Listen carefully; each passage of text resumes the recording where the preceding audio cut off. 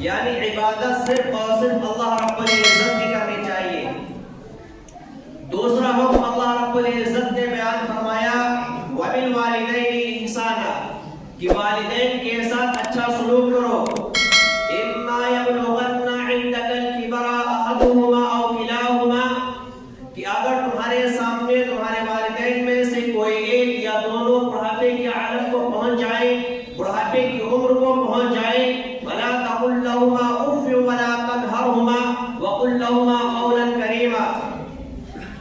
تو انہیں اف بھی نہ کہنا اور انہیں نہ جھڑکنا، اور ان سے بات جو کرنی ہے وہ نرم لہجے کے اندر کرنی ہے۔ وَاخْفِضْ لَهُمَا جَنَاحَ الذُّلِّ مِنَ الرَّحْمَةِ وَقُلْ رَبِّ ارْحَمْهُمَا كَمَا رَبَّيَانِي صَغِيرًا، اور خدمت کے لیے ان کے سامنے عاجزی کا بازو جھکا دو اور کہو کہ اے میرے پروردگار ان دونوں پر رحم فرما جیسا کہ انہوں نے پرورش کرتے ہوئے مجھ پر رحم فرمایا تھا۔ اس آیت کریمہ کے اندر اللہ رب العزت نے والدین کے حقوق کو بیان فرمایا ہے، لیکن صرف یہی آیت نہیں بلکہ آپ قرآن کریم کو کھولیے، دیگر مقامات پر بھی اللہ رب العزت نے یہی احکامات بیان فرمائے ہیں۔ مثلا سورہ لقمان کے اندر اللہ رب العزت نے ارشاد فرمایا وَوَصَّيْنَا الْإِنسَانَ بِوَالِدَيْهِ، کہ ہم نے انسان کو اس کے والدین کے سلسلے میں والدین کے بارے میں یہ نصیحت کرتی ہے، یہ وصیت کرتی ہے، یعنی اس کے ساتھ حسن سلوک کرنا ہے۔ حَمَلَتْهُ أُمُّهُ وَهْنًا عَلَى وَهْنٍ، کہ اس کی ماں نے اس کو حمل کی شکل میں، بوجھ کی شکل میں اس کو اپنے پیٹ کے اندر رکھا ہے۔ حمل کی مدت کم سے کم 6 مہینے اور زیادہ سے زیادہ 2 سال ہوتی ہے، لیکن عام طور سے 9 مہینے۔ تو 9 مہینے کی مدت، اس مدت میں ماں جو ہے اس بچے کو اپنے پیٹ کے اندر اٹھاتی ہے اور تمام تر کام اس کے ساتھ بھی کرتی ہے۔ اللہ رب العزت نے فرما دیا کہ اگر یہ دونوں اس بات پر تمہیں ابھارے اور یہ کوشش کرے وَإِن جَاهَدَاكَ عَلَىٰ أَن تُشْرِكَ بِي مَا لَيْسَ لَكَ بِهِ عِلْمٌ، کہ تم میرے ساتھ ایسے ذات کو شریک کرو، یعنی اللہ رب العزت کی ربوبیت کے اندر، تو تمہیں جس کی تمہارے پاس کوئی دلیل نہیں ہے، جس کی تمہارے پاس کوئی سند نہیں ہے، جس کا تمہیں علم نہیں ہے، تو ان کی باتوں کی اطاعت نہ کرنا۔ لیکن یاد رکھنا کسی بھی حال میں ان کے ساتھ، چاہے وہ کافر ہو یا مشرک ہو، ان کے ساتھ بے ادبی اور بدسلوکی نہیں کی جا سکتی۔ اللہ کے نبی علیہ السلام نے ارشاد فرمایا الکبائر، کہ کبیرہ گناہوں کی جو فہرست ہے، بڑے بڑے جو گناہ ہیں، ان میں سے پہلا گناہ یہ ہے الاشراک باللہ، کہ اللہ رب العزت کی ذات یا صفات میں کسی کو شریک و ساجد قرار دینا، وحقوق الوالدین دوسرے نمبر پر ہے والدین کی نافرمانی کرنا، تیسرے نمبر پر وقتل النفس، کسی جان کو ناحق قتل کر دینا، اور چوتھے نمبر پر والیمین الغموس، یعنی جھوٹی قسم کھانا۔ ایک مرتبہ رسول اللہ صلی اللہ علیہ وسلم نے فرمایا رغم عنفہ رغم عنفہ رغم عنفہ، کہ اس شخص کی ناک کا قالود ہو، اس شخص کی ناک کا قالود ہو، اس شخص کی ناک کا قالود ہو، یعنی وہ انسان ذلیل و خوار ہو۔ صحابہ کرام نے عرض کیا کہ اللہ کے رسول صلی اللہ علیہ وسلم کس کی ناک کا قالود ہو؟ تو آپ صلی اللہ علیہ وسلم نے ارشاد فرمایا من ادرک والدیہ عند الکبر احدہما او کلاہما ثم لم يدخل الجنہ، کہ جس نے اپنے والدین میں سے کسی ایک کو یا دونوں کو بڑھاپے کے عالم میں پایا، پھر ان کی خدمت کر کے اپنے آپ کو جنت کا مستحق نہیں بنائے گا۔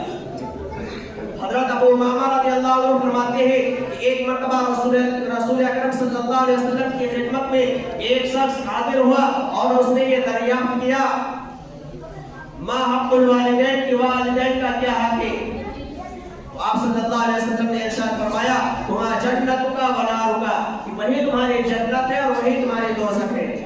اس حدیث شریف کا مطلب یہ ہے کہ اگر تم والدین کی فرما برداری کرو گے، ان کے آرام و راحت کا خیال کرو گے، ان کے ساتھ بدتمیزی سے پیش نہیں آؤ گے، ان کے ساتھ حسن سلوک کرو گے، تو تم جنت کے مستحق بن جاؤ گے۔ لیکن اگر تم نے اس کے برعکس کام کیا تو تم جہنم کے مستحق ہو جاؤ گے۔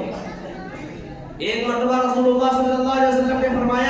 کہ جو نیک اولاد اپنے ماں باپ کی طرف محبت کی نظر سے دیکھے تو اللہ رب العزت اسے ایک حج مبرور کا ثواب عطا فرماتا ہے۔ صحابہ اکرام نے پھر عرض کیا کہ اللہ کے رسول صلی اللہ علیہ وسلم اگر کوئی انسان اپنے ماں باپ کو دن میں 100 مرتبہ محبت کی نگاہ سے دیکھے تو اللہ کے رسول صلی اللہ علیہ وسلم نے فرمایا کہ ہاں اللہ کی عطا اور بخشش تمہارے تصورات سے کہیں زیادہ بڑھ کر ہے۔ یعنی اگر انسان 100 مرتبہ محبت کی نظر سے دیکھتا اپنے والدین کو تو اللہ رب العزت اسے 100 حج کا ثواب عطا فرمائے گا۔ بہت سے لوگ بیوی کے فرما برداری اور اس کے دلجوئی کے لیے اس حد تک چلے جاتے ہیں کہ والدین کی نافرمانی کرنے لگتے ہیں، اپنے بیوی اور بچوں پر ہزاروں روپے خرچ کر دیتے ہیں، ان کے لباس کے اوپر، ان کے اخراجات کے اوپر، ان کے خواہشات کے اوپر، لیکن جب والدین کی باری آتی ہے، والدین کے اخراجات کا معاملہ آتا ہے تو کہتے ہیں کہ آپ تو بڑھاپے کے عالم کو پہنچ گئے ہیں، آپ کے پیر جو ہے وہ قبر کے اندر لٹک رہے ہیں، آپ کو ان تمام تر چیزوں کی کیا ضرورت ہے۔ ایک تفسیر قرطبی کے اندر ایک واقعہ لکھا ہے، ایک نوجوان صحابی رسول اللہ صلی اللہ علیہ وسلم کی خدمت میں حاضر ہوئے اور کہنے لگے کہ اللہ کے رسول صلی اللہ علیہ وسلم میرے والد میرے مال سے وہ خرچ کرتے ہیں، آپ ان کو سمجھائیے بجھائیے کہ وہ میرے مال سے اسراف نہ کیا کریں۔ آپ صلی اللہ علیہ وسلم نے پیغام بھیجا، وہ صحابی ان تک یہ پیغام پہنچا کہ رسول اللہ صلی اللہ علیہ وسلم نے آپ کو بلایا ہے اور آپ کے لڑکے نے یہ شکایت کی ہے۔ وہ صحابی آ رہے تھے تو انہوں نے اپنے دل کے اندر کچھ اشعار گنگنائے، جبریل امین کے ذریعے سے آپ صلی اللہ علیہ وسلم کو معلوم ہو گیا کہ یہ انہوں نے اپنے دل کے اندر چند اشعار گنگنائے ہیں۔ جب وہ صحابی آپ صلی اللہ علیہ وسلم کے پاس پہنچے تو آپ صلی اللہ علیہ وسلم فوراً کہنے لگے کہ پہلے مجھے وہ اشعار سناؤ جو تم نے ابھی گنگنائے تھے۔ تو وہ صحابی کہنے لگے کہ یقیناً آپ سچے نبی ہیں، آپ کو وحی کے ذریعے سے معلوم ہو گیا، جن الفاظ کو میرے کانوں نے نہیں سنا، میں نے تو صرف دل کے اندر ان اشعار کو گنگنایا تھا۔ پھر ان اشعار کا جو مفہوم ہے میں اس کو مفہوم کو بیان کرنا چاہتا ہوں۔ وہ صحابی رسول نے کہا کہ اللہ کے رسول صلی اللہ علیہ وسلم جب میری یہ اولاد پیدا ہوئی تو ہم نے خوشی منائی اور میں دن بھر اس کے لیے سخت گرمیوں کے اندر میں اس کے لیے کام کرتا، سخت سردیوں کے اندر میں اس کے لیے کام کرتا۔ اس کی ماں رات کو پیشاب میں سو کر اس کو سوکھے میں سلایا کرتے تھے، سخت گرمی کے عالم میں یہ چولہا جلاتے اور اس کے لیے کھانا تیار کرتے۔ تو یہ تمام تر مراحل کو ہم نے برداشت کیا ہے اور ہم نے سوچا تھا کہ یہ بڑھاپے کا سہارا ہوگا، لیکن اس نے تو میرے ساتھ وہ سلوک نہیں کیا ہے جو کہ پڑوسیوں کے ساتھ کیا جاتا ہے۔ آپ صلی اللہ علیہ وسلم کھڑے ہوئے اور اس صحابی کو پکڑا اور کہا انت و مالک لابیک، کہ تو اور تمہارا مال یہ سب تمہارے والد کا ہے۔ میرے محترم بزرگوں اور دوستوں، نیک اولاد کا فرض ہے کہ وہ اپنے ماں باپ کی خبر گیری کرے، ان کے آرام و راحت کا خیال رکھے، لیکن اس کے ساتھ والدین کے اوپر بھی یہ ذمہ داری ہے کہ ان کی پرورش کرے، اچھی طریقے سے ان کی تعلیم و تربیت کرے، ان کو تعلیم دلائے۔ اس کے بعد جب